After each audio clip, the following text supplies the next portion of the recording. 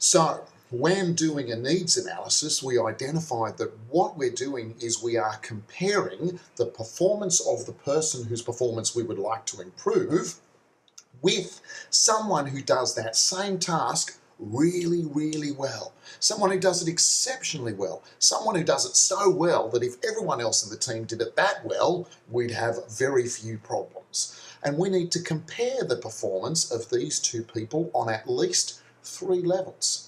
We need to compare these people's performance on a concept, principles or methodology, details or techniques level. And the more detailed or technique orientated we can get, again, the more use this coaching session is going to be to our team members. So when we're analysing performance for, let's say for the sake of argument, how to how to deal with customer complaints. I think we use the example of how to deal with customer complaints. So the concept is dealing with customer complaints. The key principles or the method might be that we need to listen, ask, thank, think, get back to.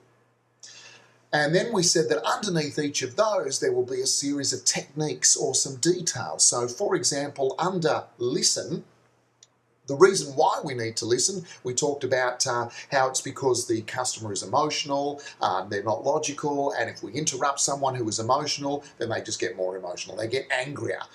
So instead what we should do is we should just let them go for it and to listen. Listen with empathy.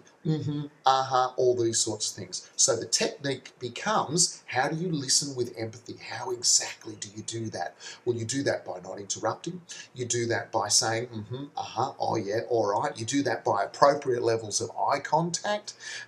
You do that by appropriate reflection of emotion on the face. Oh, really? Oh, that's terrible. Oh, you poor thing.